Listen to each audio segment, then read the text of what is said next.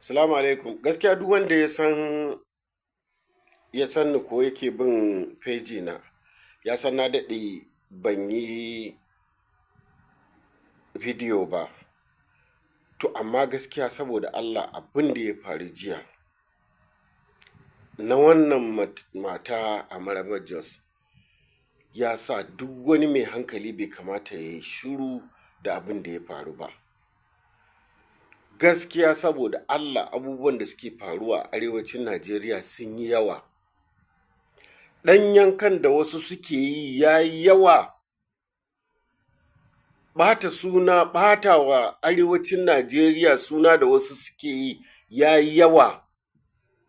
Shiru da hukumomi suke yi akan irin wannan rashin imani ya yi yawa. Ya za a yi a ce mace daga zuwa ta yi tambaya inda za ta yi ma wajen addini ne, amma saboda tsananin rashin imani wasu su kama ta, su kashe ta, su ƙona ta, su ɗora babur a kanta, su babbake ta.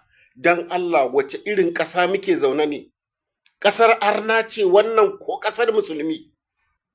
Matan nan ma har ta gaya muku cewa wajen karatu za ta, wajen lacca za ta, amma saboda tsananin rashin imani. Dan Allah dan annabi matasan yanzu ko kuma mutanen yanzu menene me kuke so ku zama ne? Muna fama da fulanin daji, muna ganin irin rashin imanin da suke yi, to kuma ku na cikin gari abin da za ku fara yi kenan? Ba a ce wai fulani ne, ba ina nufin wai fulani ne suka yi wannan abin ba. Mutane na cikin gari kuma yanzu zuciyarku ta sire, kun zama mugaye marasa imani kenan.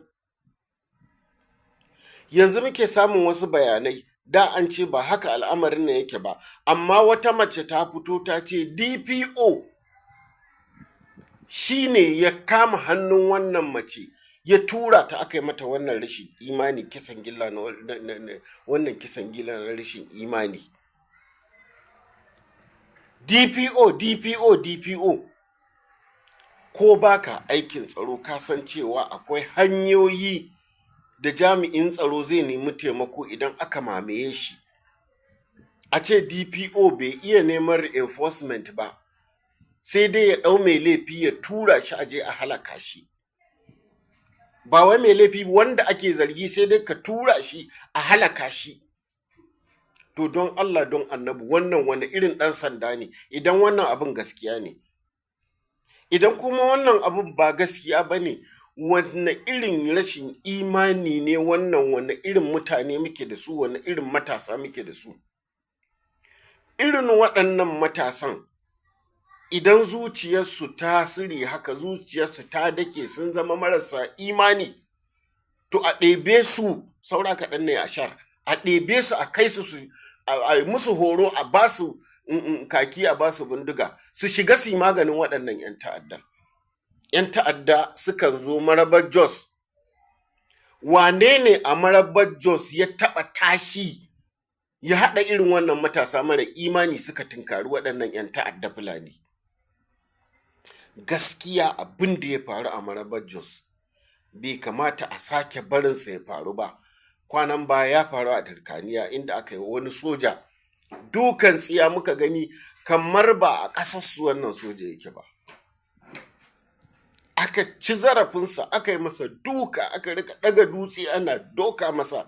Kai ɗan Afirka me kake so ka zama ne? Wawa, sakarai mara imani. A wace ƙasa ake yin irin wannan? Ku matasa da kuka tashi kuka tarar da mu, kun ga muna yin irin wannan? Kun ga iyayenku sun zama marasa imani, kai yanzu kai da ka shiga cikin wannan, me za ka gaya wa ɗanka nan gaba? Mutumin kirki ne kai?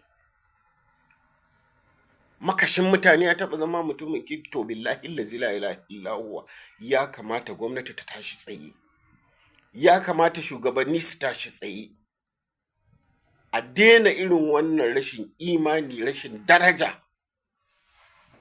Masu addini su rika kisa, sai ka ce ƙasar da ma ba a taɓa jin labarin addini ba. Wallahi da damanmu wannan abin na wannan matar bacci ya hana mu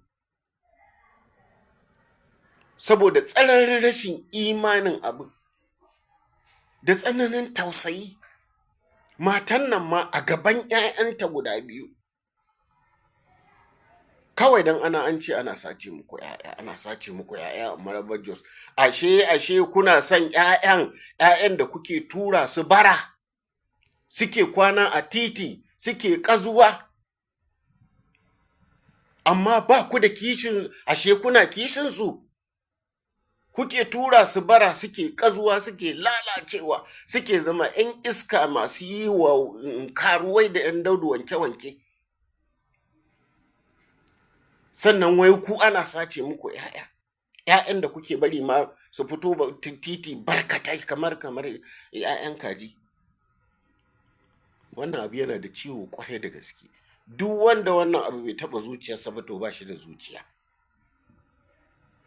Ya kamata hukumomi a tashi tsaye. Ya kamata duk wanda zai iya magana, mun manyanta, amma banyanta ba za ta sa mu shiru da bakinmu mu rika ganin ƙasa tana lalacewa ba. Sai an ji mu.